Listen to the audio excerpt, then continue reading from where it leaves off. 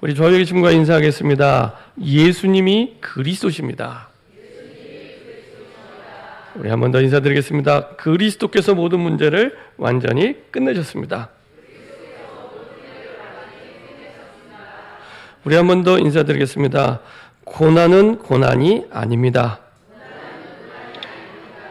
네, 고난은 고난이 아닙니다.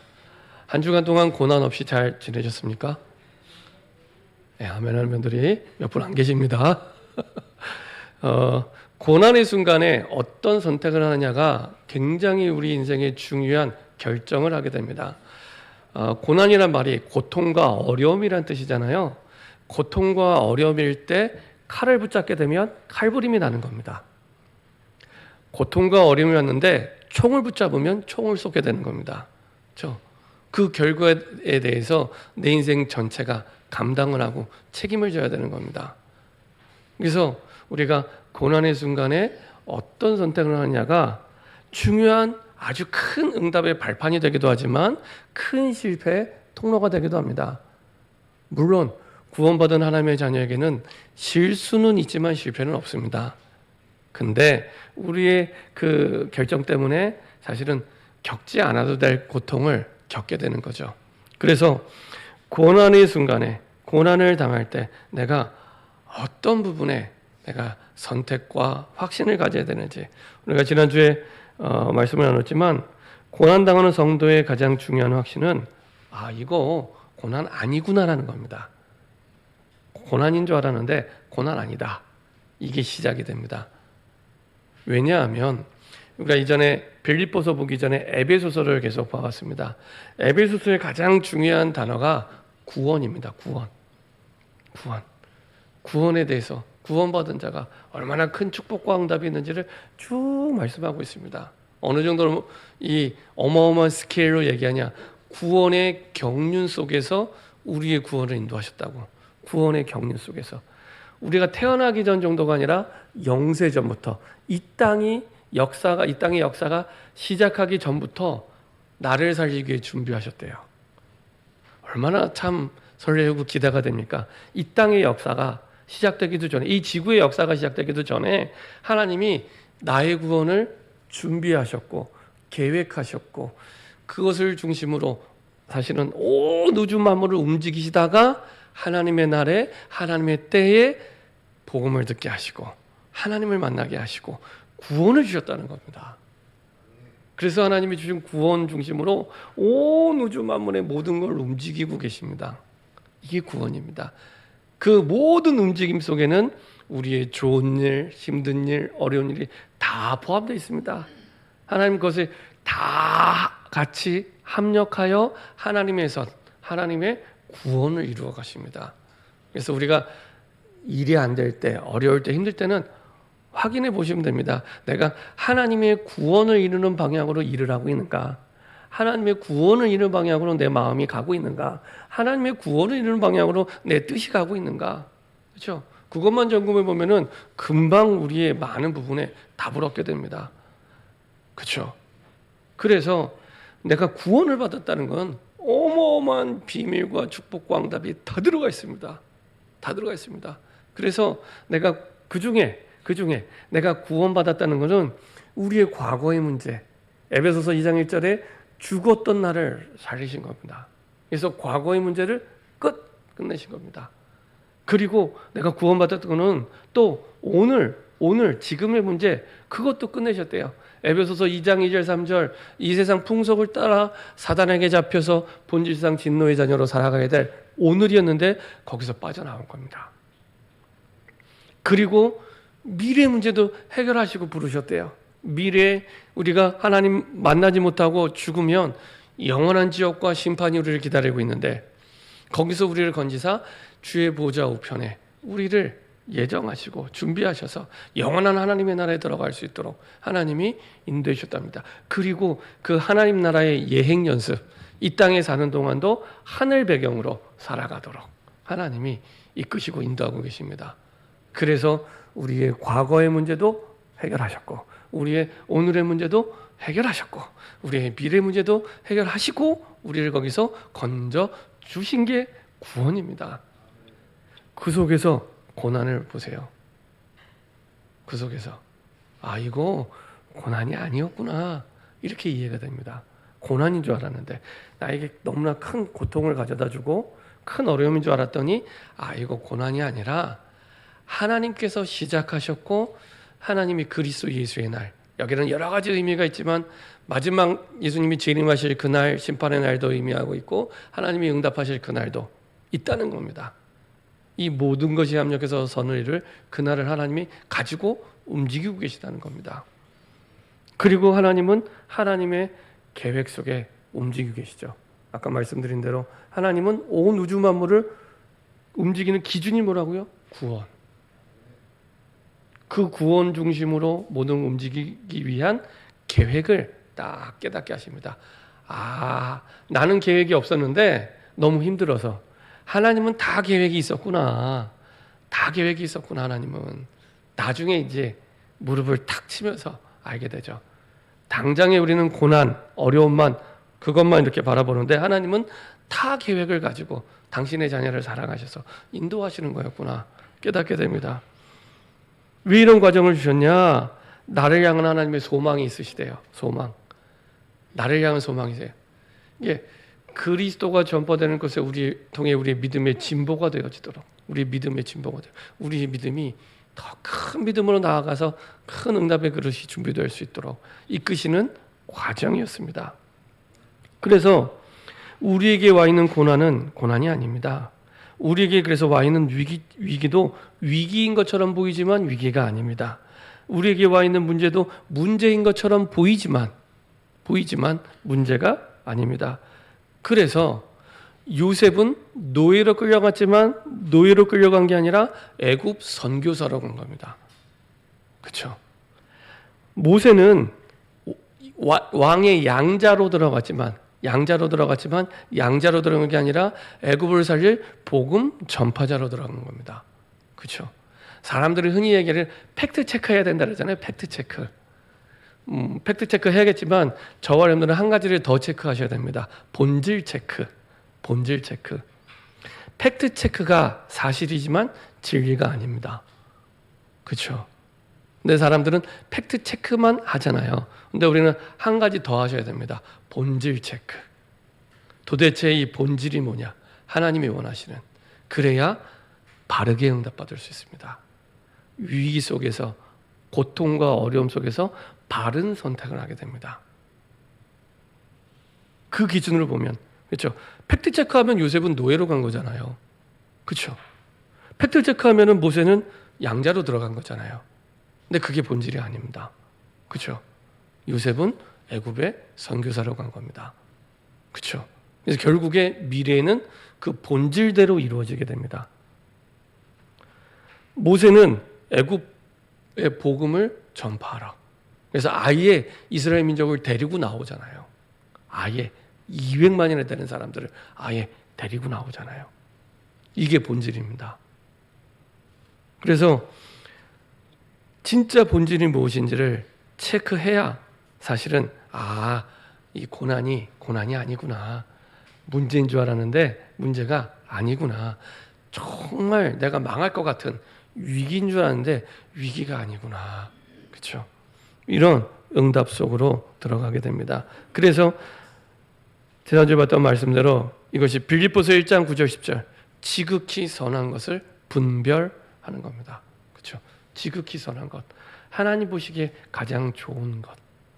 그리스도를 전파함에 가장 좋은 것. 그것을 선택하는 겁니다. 그렇죠? 이게 나랑 안 맞을 때가 많아요. 근데 선택을 하면 나중에 선택하길 정말 잘했구나 깨닫게 됩니다. 그렇죠?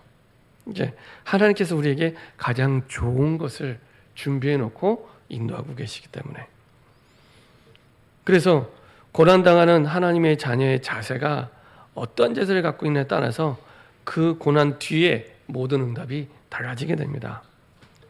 여기에 이 바울이 이제 모범 사례를 보여줍니다. 그게 바로 이 땅에 오신 그리스도를 모범 사례로 보여주는 게 이 빌립보서 2장입니다. 자, 2장 1절부터 보면은 4절까지 보면은 그 빌립보 교회 안에 우리가 직접적으로 말은 안 하지만 문제가 있었던 것 같습니다. 그러므로 그리스도 안에 무슨 권면이나 사랑의 무슨 위로나 성령의 무슨 교제나 긍휼이나 자비가 있거든 마음을 같이하여 같은 사랑을 가지고 뜻을 합하며 한 마음을 품어 아무 일이든지 다툼이나 허용로 하지 말고 오직 겸손한 마음으로 각각 자기보다 남을 낮게 여기고 각각 자기 일을 돌볼 뿐더러 또한 각각 다른 사람들의 일을 돌보아 나의 기쁨을 충만하게 하라. 여기서 만나는 기쁨은요, 빌립보서 1장 18절의 기쁨입니다. 참으로 하나 거칠어로 하나 그리스도가 전파되는 것이 나의 기쁨 중에 기쁨이라는 겁니다. 근데 2장에서는 얘기하지 않으면 나중에 4장에 가면은 이제 그 빌립보 교회 사역을 떠나 있던 바울에게 들려오는 소식을 들어보니까 빌립보 교회 안에 다툼이 있었던 것 같아요. 갈등과 다툼. 그래서 유오디아게 그 다음에 이 그 순두계 이렇게 싸웠던 것 같아요. 그래서 이게 단순히 둘이 싸운 게 아니라 이제는 두 파로 갈라져서 싸웠던 거죠. 유오디아는 아시는 것처럼 루디아입니다. 루디아. 그래서 루디아 파, 그 다음에 순두계 파 해갖고 이렇게 싸웠던 것 같아요. 그 갈등이 있었던 것 같아요. 그래서 한 사람은 먼저 믿은 사람, 한 사람은 나중에 믿은 사람, 예, 싸운 것 같습니다. 그래서 사실 이 빌립보교에 보낸 편지의 목적이 표면적으로는 바울이 감옥에 갇혔을 때 빌립보 교회가 헌금을 합니다. 그래서 거기에 대한 감사함으로 편지를 쓰는 것처럼 보이지만 사실은 원래 본질은 그것 때문이 아니라 싸우지 말라고. 싸울 이유가 없는데 왜 싸우냐고. 이제 그 내용을 사실 이 빌립보서를 통해서 편지를 쓴 겁니다. 그래서 사실은 2장 1절부터 4절까지 이 내용을 얘기하고 그 다음에 자 예를 들어서 이렇게 하면 돼라고 얘기를 합니다. 그 예가 바로 예수 그리스도에 대한 예입니다. 어떻게 그럼 이 상황을 뛰어넘을 수 있습니까? 이게 고난당하는 하나님의 자녀의 문제를 만난 하나님의 자녀의 자세죠. 다투거나 싸우는 게 아니라 그렇게 해서 해결하는 게 아니라 그리스도께서 고난에 참여하셨던 것처럼 다시 말하면 가장 낮은 자리에 인간의 모습으로 오신 거죠. 그래서 너희 안에 그리스도의 마음을 품는데 어떤 마음이냐? 근본 하나님의 본체시냐? 이미 오래전에 역사 이전에 하나님으로 계셨던 성자 예수 그리스도께서 예수님께서 그 영광을 버리시고 사람의 모습으로 사람의 몸으로 오셨다는 겁니다. 이게요 우리가 그냥 듣기에는 뭐 그런가 보다 하지만 이게 얼마나 어마어마한 일이냐. 예를 들면 이렇게 그 벌레가 이렇게 지나가는데 야 내가 저 벌레를 살리기 위해 내가 벌레의 모습으로 가야겠다. 예를 들면 이런 얘기입니다. 가장 낮은 모습으로 안 오셔도 되는데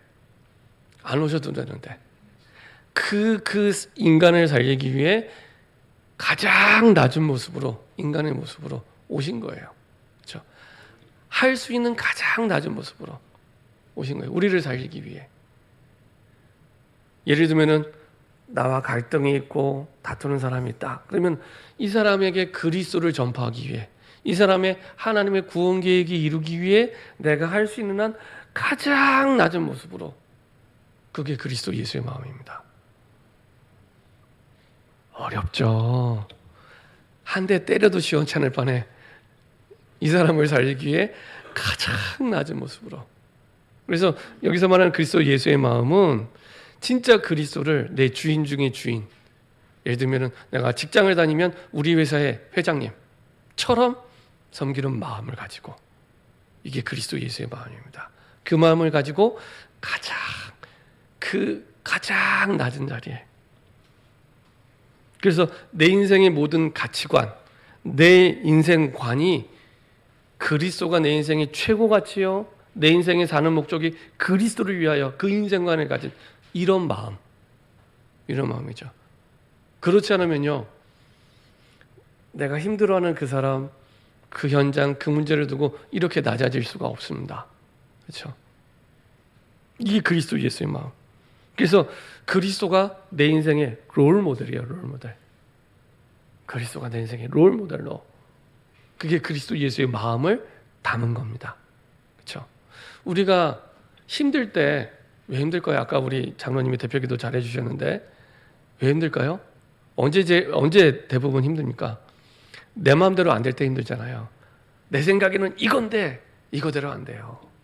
내 생각대로 사람들이 안 움직여지고 그렇게 말을 안 하고 내 마음은 이건데 몰라줘요. 그럼 힘들잖아요. 어렵잖아요. 그렇죠? 그리스도 예수의 마음이 아닌데 사실은 내가 계속 그것 때문에 힘들어하는 겁니다. 그렇죠? 그래서 그리스도 예수의 마음을 담는 게 사실은 나에게 가장 복된 일이고 가장 중요한 일인데 자꾸만 이게 걸림돌이 되죠. 그래서 이렇게 그리스도의 고난에 참여하는 가장 낮아지는 이 그리스도 예수의 마음이 될 때 어떻게 하십니까? 9절부터는요. 이러므로 앞에 있는 말들을 다 포함하는 얘기입니다. 앞에 게 없으면 뒤에 것도 없는 겁니다. 그게 이러므로입니다. 이러므로 하나님이 내가 하는 게 아니죠. 내가 낮아져야지 해서는 절대로 영원히 낮아지지 않습니다. 하나님이 그 마음도 주시는 거거든요. 하나님이 그러면은 높이시죠. 하나님이 그를 지극히 높여 모든 이름 위에 뛰어난 이름을 주사 하늘에 있는 자들과 땅에 있는 자들과 땅 아래에 있는 모든 자들도 모든 무릎을 예수의 이름에 꿇게 하시고, 그러니까 모든 것들이 예수의 이름 앞에 무릎 꿇게 하신다는 거죠. 그래서 결국에 어떻게 하시냐? 이것 때문에 하시는 거죠. 모든 입으로 예수 그리스도를 주라. 이때 당시에 주는 누구예요? 로마의 황제. 다른 주를 섬기고 있거든요. 다른 주. 내 인생의 다른 주. 로마 황제. 다른 우상들. 그렇죠? 다른 우상들. 그거를 이제 바꾸는 작업을 하시는 겁니다. 다른 주. 어떤 사람은 내 인생에 내가 주인인 사람도 있고요. 어떤 사람은 돈이 주인인 사람도 있고요. 어떤 사람은 자녀가 사람이 주인이죠. 그거 바꾸는. 모든 입으로 예수 그리스도를 주라 시인하여 하나님 아버지께 영광을 돌리게 하셨느니라. 이렇게 하나님이 바꾸시고 응답을 주시겠다고 합니다. 그래서 만인이 주라 시인하는 게 목적이에요. 만인이. 그렇구나. 내 평생 다른 주를 섬기고 있었구나. 다른 주. 이 당시에 많은 사람들이 로마 황제를 주로 고백하고 섬겼던 것처럼, 혹은 다른 우상들을 주라 시인하고 꼭 그게 나를 복줄 것처럼, 일이 잘 될 것처럼, 그게 행복인 것처럼 그렇게 속아서 살아왔는데 그게 아니라 진짜 내 인생의 주인은 따로 있었구나. 예수 그리스도. 예수 그리스도가 내 인생의 주인이고, 이렇게 해서 예수님을 주라, 그리스도를 주라 고백하도록 하나님이 하시겠다는 겁니다. 그렇죠? 여기에 모든 성도들이 참여하기를 이 바울은 빌립보 교인들에게 원하는 겁니다. 그래서 12절에 그러므로도 앞에 있는 내용들을 쭉 이어서 나의 사랑하는 자들아. 하나님 이 바울이 빌립보 교인들을 참 사랑했어요. 예. 나의 사랑하는 자들아, 너희가 나 있을 때뿐 아니라 더욱 지금 나 없을 때에도, 처음에 바울이 사역할 때는 그런 문제가 없었는데 지금 떠나 있잖아요. 떠나서 지금 바울이 그 빌립보 교회를 사역하고 있지 않는 그때에도 항상 복종하여 두렵고 떨림으로 너희 구원을 이루라. 그렇죠? 너희 구원을 이루라. 이렇게 말씀하고 있습니다. 그리고 어떻게 이루냐? 너희 안에서 행하시는 이는 하나님이시니. 이 말은 예수님처럼 완전히 낮아지고, 그리고 항상 복종하고 두렵고 떨림으로 구원을 이루는 게 내가 하는 게 아니다라는 얘기입니다. 그 말은 내가 연약해도 괜찮고 부족해도 괜찮고 힘이 없어도 괜찮고 형편이 안 돼도 괜찮고 모자라도 괜찮고 병이 있어도 괜찮고 무능력해도 괜찮고 아무 상관없다는 얘기입니다. 왜요? 하나님이 하시는 거니까. 너희 안에 네가 하는 게 아니라 하나님이 하시기 때문에. 너희 안에서 행하시는 이는 내가 아니라 하나님이시니 자기의 기쁘신 뜻을 위하여 너희에게 소원을 두고 행하게 하시니. 하나님의 기쁘신 그 뜻만 붙잡아도 돼. 너희에게 소원을 두고 행하시는데 진짜 내가 지금 내 삶은 이렇게 할 수 없지만 이게 내 소원이야 라고 마음에 담기만 해도 된대요. 그럼 누가 이루세요? 하나님이 이루어 가신대요.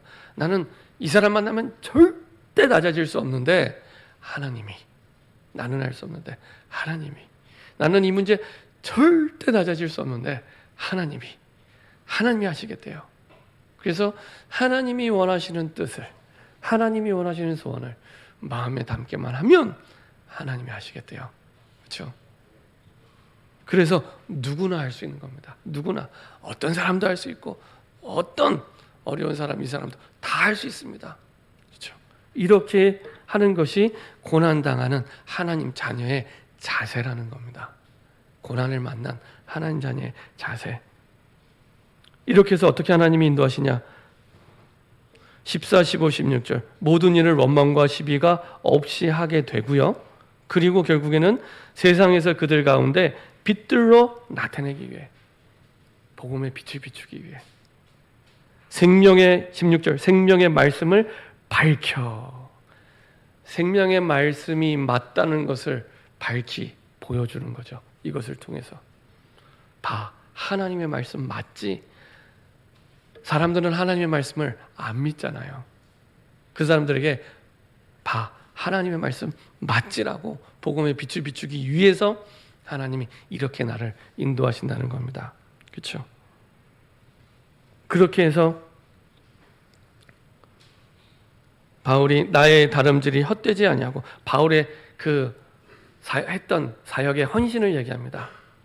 다름질이 헛되지 아니하고 수고도 헛되지 아니하므로 그리스도의 날에 내가 자랑할 것이 있게 하려 함이라. 나중에 먼 훗날 내가 죽고 하나님의 심판대 앞에 섰을 때, 하나님 봐요, 내가 이렇게 복음 전해서 이 사람들이 이렇게 하나님의 영광을 드러내고 복음을 전파하지 않았습니까? 라고 자랑하겠다는 겁니다.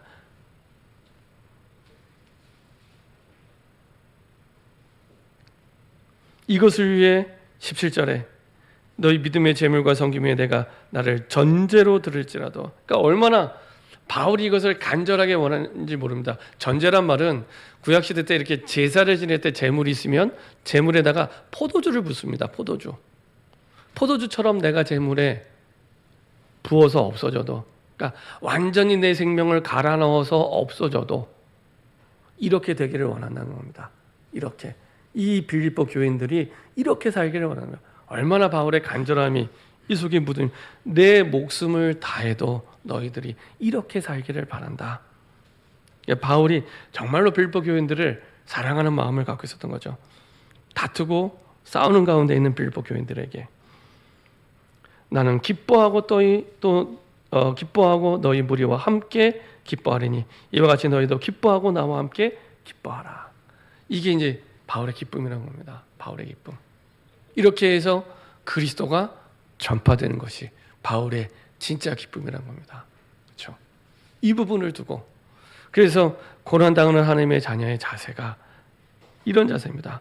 그래서 고난이 아니구나, 문제가 아니구나, 어려움이 아니구나, 진짜 팩트 체크뿐만 아니라 본질이 체크가 돼서 지극히 선한 것을 분별해서 그리스도가 우리의 롤 모델이 돼서 그리스도께서 하신 대로 가장 낮은 자리에 낮아질 수 있도록 그리스도 예수의 마음을 품고 인도받을 때, 하나님께서 정말로 가장 중요한 영광의 축복과 응답이 되도록, 그러니까 1장의 말씀을 받지만은 하나님의 영광과 찬송이 되도록 하나님이 우리의 삶을 인도하시는 거죠. 이렇게 해서 하나님께서는 고난당하는 우리에게, 고통과 어려움 당하는 우리에게 가장 중요한 선택과 응답을 누리도록. 자, 이것이 우리 마음대로 안 되기 때문에 사실은 그리스도 예수의 마음을 품는 기도의 망대가 우리 삶에 새롭게 세워지면 됩니다.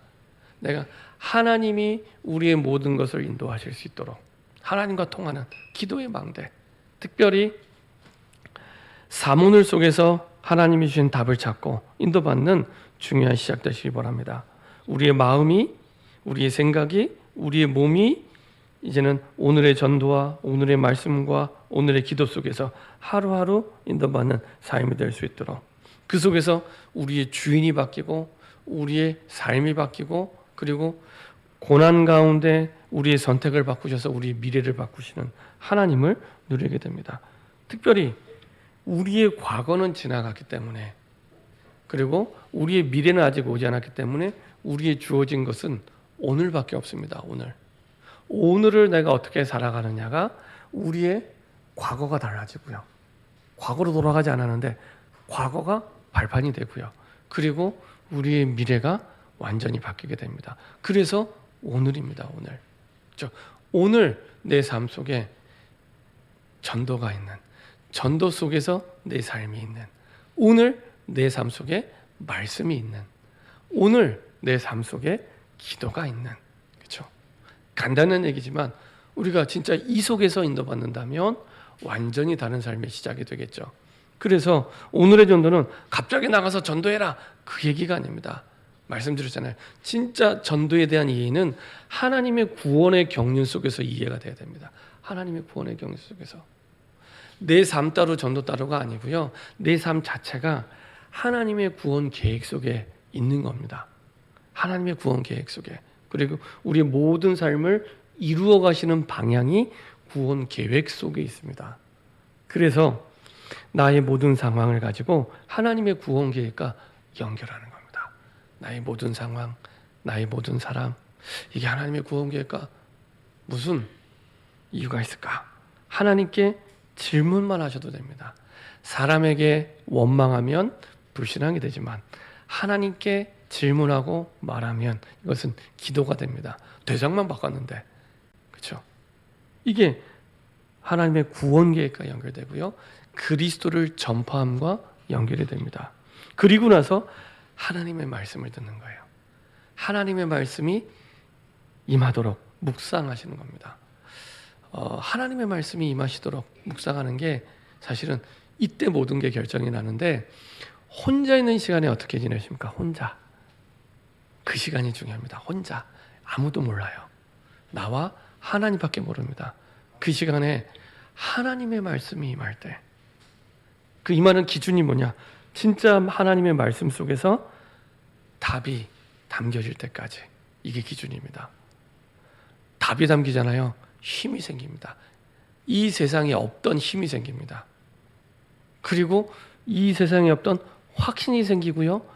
행복하기 시작합니다. 내 주변은 하나도 안 바뀌었는데, 내 주변의 사람도 안 바뀌고, 그리고 문제도 안 바뀌고, 고난도 안 바뀌고, 하나도 안 바뀌었는데 일단은 내가 바뀌어요.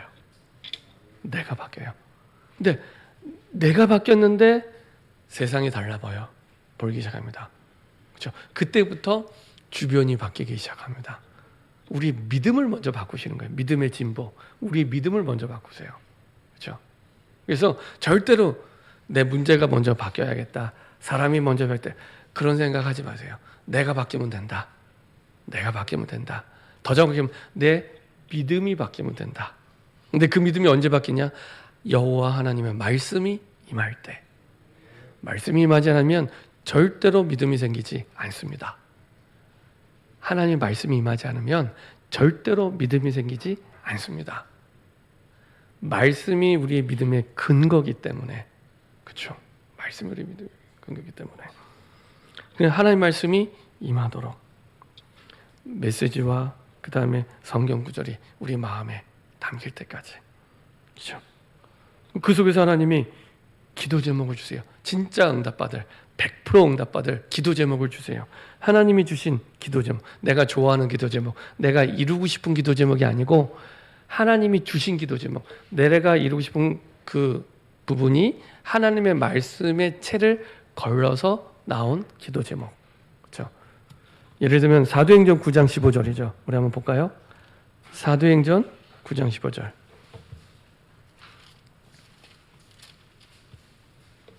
하나님께서 바울을 부르시고 바울을 향한 뜻, 그리고 바울이 붙잡은 기도 제목이죠. 바울이 붙잡은 언약, 바울이 그 언약 속에 붙잡은 기도 제목. 사도행전 9장 15절입니다. 같이 한 목소리 합독하겠습니다. 주께서 이르시되 가라, 이 사람은 내 이름을 이방인과 임금들과 이스라엘 자손들에게 전하기 위하여 택한 나의 그릇이라. 그렇죠? 이방인과 임금들과 이스라엘 자손들에게 전하기 위하여 택한 나의 그릇이라. 예, 바울이 원했던 삶이 아니잖아요. 이 전도자의 삶. 그렇죠? 근데 하나님이 바울을 바꾸셔서 하나님이 말씀을 주시고 말씀 속에 하나님이 원하시는 기도 제목을, 바울은 그것을 정확히 붙잡고 있었습니다. 그래서 바울의 인생이 이 말씀과 기도 제목대로 가잖아요. 많은 문제, 많은 어려움이 있는데 그것과 상관없이 그래서 이게 절대 언약, 절대 기도 제목이라고 합니다. 절대 언약, 절대 기도 제목. 하나님의 절대 계획이 이 속에 있는 겁니다. 막을 수가 없는 거예요. 풍랑이 와도, 로마를 가도, 그 황제를 만나도 막을 수가 없는 거예요. 그렇죠? 그런 말씀과 기도 제목을 하나님이 주시는 거예요. 그렇죠? 이게 딱 확정이 되면은요, 내 주변이 하나도 안 바뀌었는데 평안해지고요, 힘이 나고요. 근데 진짜 응답은 이겁니다. 진짜 응답은 이겁니다. 이 응답 속에서 주신 말씀대로, 주신 기도 제목대로 모든 게 바뀌기 시작합니다. 바울의 여정이 그렇게 바뀌어서 사도행전이 되었고, 그리고 28장에 로마까지 간 겁니다. 그렇죠? 그래서 우리가 말씀을 붙잡고 하나님이 주신 기도 제목을 붙잡는 게 이만큼 중요합니다. 그거대로 되는 거예요. 더 정확히 말씀드리면 이거대로 안 가니까 내가 힘든 거예요. 쉽게 얘기하면 이거대로 안 가니까 내가 힘든 거예요. 그래서 하나님이 주신 말씀 속으로, 하나님이 주신 기도 제목 속으로 정리가 되는 중요한 시작되기 바랍니다. 이걸요, 한번 일주일 동안 한번 이렇게 기록해 보세요. 기록해 보세요. 우리가 예배 드릴 때 찬양도 하고 말씀도 읽잖아요. 그냥 내가 입을 꾹 다물고 이렇게 있는 것과, 그다음에 말을 할 때 우리의 뇌가 각인이 달라집니다. 그렇죠? 우리가 말을 하고 고백할 때 훨씬 더 뇌가 확실하게 각인이 됩니다. 그래서요, 우리가 찬양할 때도 할 수 있는 대로 힘차게 하시고요, 성경 목독할 때도 힘차게 하시고요. 예, 그래서 묵상기도도 필요하지만 통성기도도 필요합니다. 힘차게. 그만큼 내 뇌에 각인이 되는 겁니다. 그렇죠? 그리고 내가 그걸 두고 또 기록할 때 또 더 깊이 각인이 되는 거예요. 기록할 때. 그래서 내가 하고 있는 일보다 한 발짝만 더 전문성 있게 하세요. 삼원어를. 예.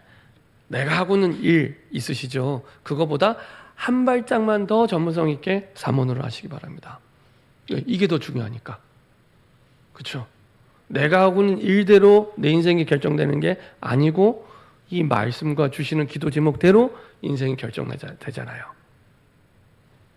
아닌가요? 예, 이거대로 결정나잖아요. 그래서 내가 하고 있는 일보다 한 발짝만 더, 가장 중요한 시간에 이렇게 오늘의 전도와 말씀과 기도가 날마다 나에게 있기를 소원합니다. 기도하겠습니다. 주님 감사드립니다. 내 마음대로 살던 인생 가운데 하나님이 우리를 구원하여 주셔서 그리스도 예수의 마음을 품고 달려갈 수 있도록 축복해 주심을 감사드립니다. 주님이 약속하신 그리스도의 날이 있음을 믿고 이제는 하나님의 나라를 위하여, 그리스도가 전파되는 것을 위하여 고난이 아니요, 위기가 아니요, 문제가 아니요, 진짜 본질이 체크가 되어서 하나님이 원하시는 길로 갈 수 있도록 축복하여 주옵소서. 우리의 모든 상황을 통해 하나님의 소원을 두고 행하시는 하나님의 계획을 깨닫게 하시고 하나님의 말씀을 밝히 증거하는 새로운 시작이 될 수 있도록 축복하여 주옵소서. 날마다의 우리의 오늘이 새롭게 되기를 원합니다. 오늘의 전도로, 오늘의 말씀으로, 오늘의 기도로 우리의 삶이 새롭게 시작되게 하여 주옵소서. 감사드리며 주 예수 그리스도의 이름으로 기도합니다. 아멘.